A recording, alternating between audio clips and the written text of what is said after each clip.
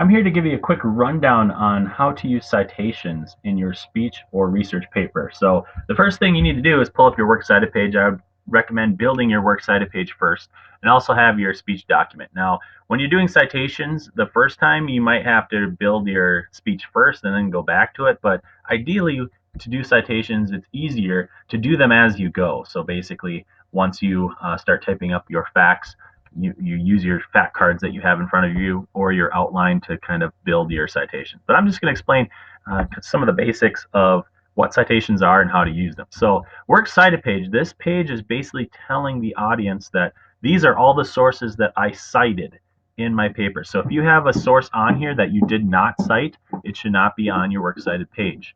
So looking at our speech document, you can see that I have highlighted a few items in yellow. These are the citations of the paper. So what citations are, every time you use a piece of information from a source, you're basically making a little footnote at the end of your sentence about where you got that information from. So this first example, in parentheses, notice it's in parentheses, the period is after the citation. So make sure the period's after the citation because that helps the audience identify that this citation belongs with the information in this sentence.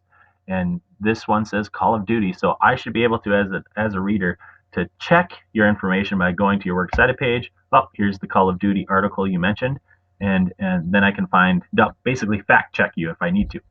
All right, so the reason why we don't put the full title article, you'll notice there's a pretty long article there, is just because it's kind of long and cumbersome. This is enough information, so I always say give like 1 to 3 keywords of your article title if you're using an article title. And the reason why on this citation there's the last name is because really the rule of thumb for works cited and citations is that you always use kind of the first thing that pops up on your works cited page. So in this case, Newman is the last name of the author.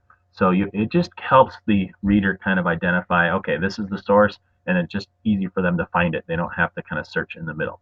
Now, in the case that let's say there's maybe 2 Call of Duty or 2 articles that start with Call of Duty, then it is okay to use the website because then they have kind of matching title articles. Usually it doesn't happen that often, but usually sometimes you'll see where maybe there's multiple articles from the same author. So maybe Heather Newman has 2 articles. Then you want to use kind of the next thing in line. So then you'd use the article title, or in this case, since there's no author, we'd want to use statistic brain.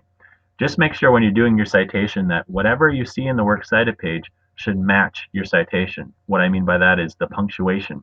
So if you're using the article title, notice that on the works cited page, there are quotations around your article title. So that means there should be quotations around your citation.